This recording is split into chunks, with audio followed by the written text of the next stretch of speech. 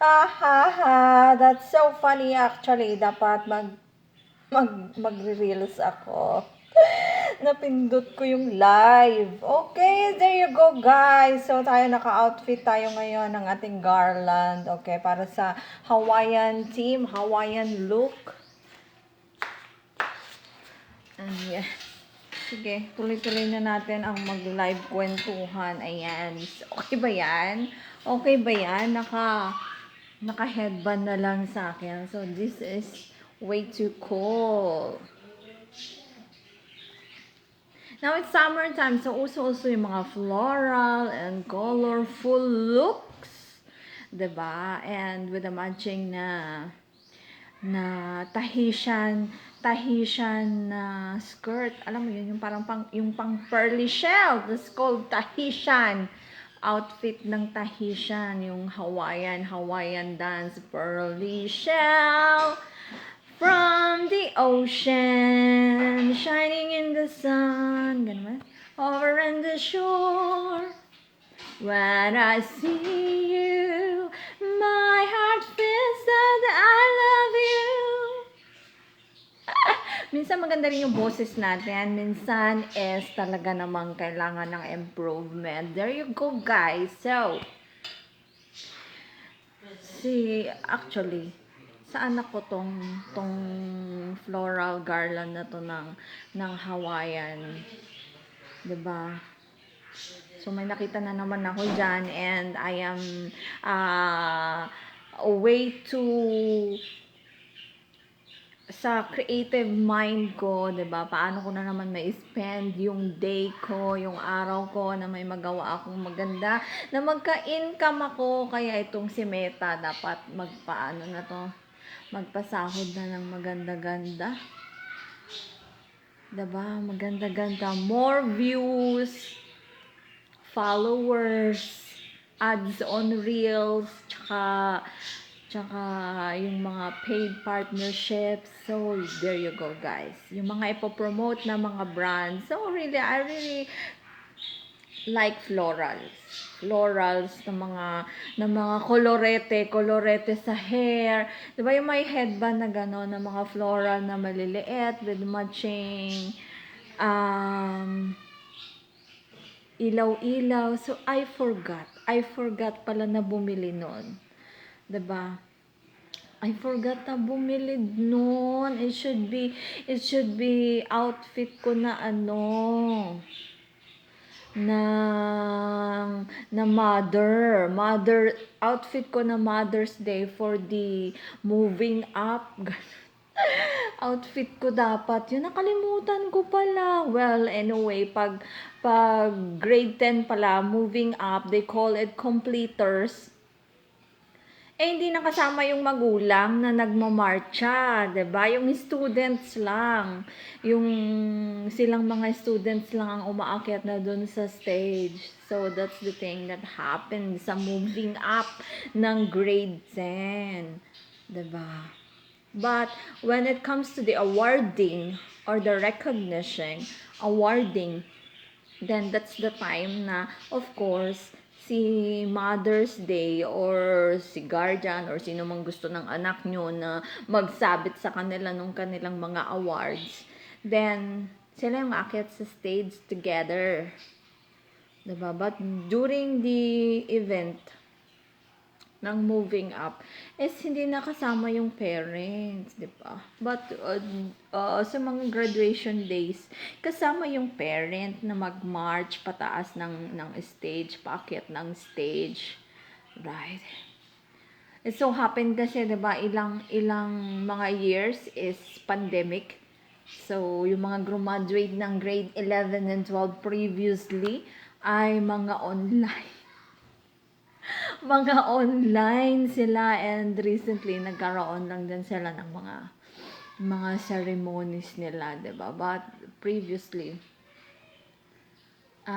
online yung mga graduation ng grade 12, 'di ba?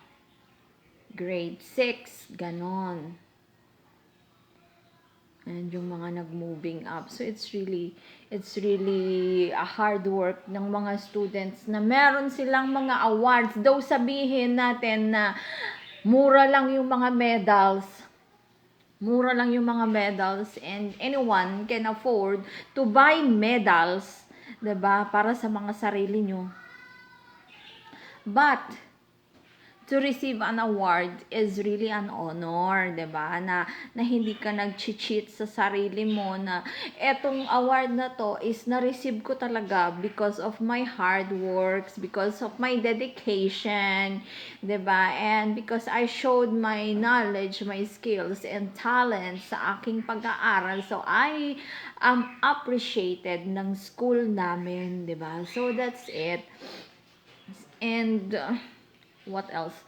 So, wag nating sa mga dear students, sa mga dear na mga anak, wag natin iisipin or wag nating sasabihin na mura lang pala tong medal na to. I can buy it for myself. Kahit joke yun. Then dapat parang hindi na ako nag-aral ng mabuti. Kaya ko pa naman palang bumili nito.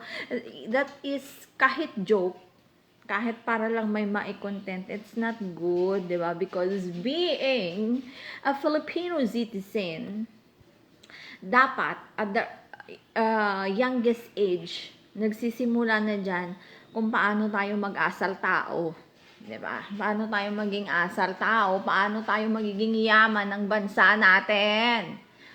So, that's it. Ako, naging OFW na ako. So, isa na akong bayani. It's like that. So, wag tayong, but I am not so, ano ba tawag dun? Hindi ko siya binuboast. Diba? But instead, yung mga natutunan ko, I'm sharing it for free with you guys. Diba? Kung gusto niyo akong bayaran, ay okay lang naman yon. Mas gusto ko yon, diba? Kaya lang na itong si Meta, yan, nagpapasahod ka sa social content, social media content natin. But kung gusto niyo akong bayaran, sponsoran, that will be better. That will be better, diba? You can call me. You can reach me, guys, any time of the day. Diba? So, it's my pleasure to help you. May bayad or wala, consult me. Just wear your good attitude, okay?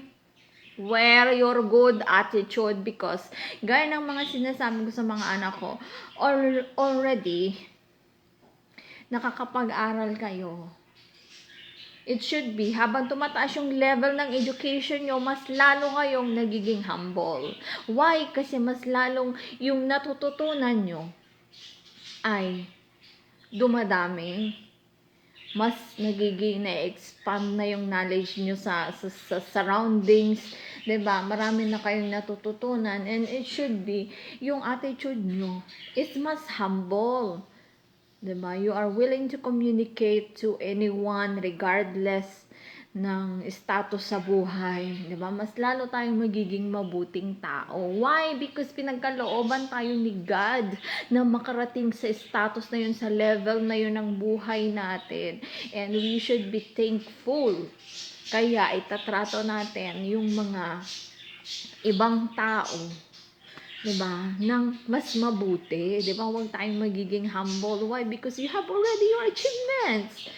Bakit mo pa ikukumpit yung mga tao, diba? You have your achievements already. Blessing sa'yo yan. So, what matters most is being an achiever, being a degree holder, mas maging mabuti tayong tao, diba? Hindi yung mas maraming kang natutunan, mas mataas yung level mo sa education, mas mataas yung level mo sa society, mas masyado kang magiging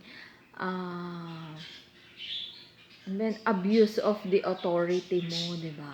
So, doon pa lang dapat makikita natin that really she's doing well, diba? Na talagang she is really down to earth pa rin siya, and she is humble, na yun na yung narating niya sa buhay niya, diba? Hindi tayo nagre-reject ng tao, we are not shouting other people, Diba? Let's treat them good. So, yan yung dapat pa rin na magkaroon na i-wear natin na attitude. Diba? Na maging makatao pa rin tayo. Mas lalo dapat tayong magiging tao. Diba? Kasi mas tumataas yung level ng education natin, yung knowledge natin, diba? So, that's it. That's so good na mas magiging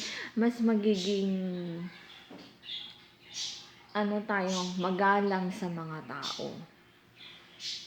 Right? So, sa mga dear students, diba? Yung mga skills natin, kung saan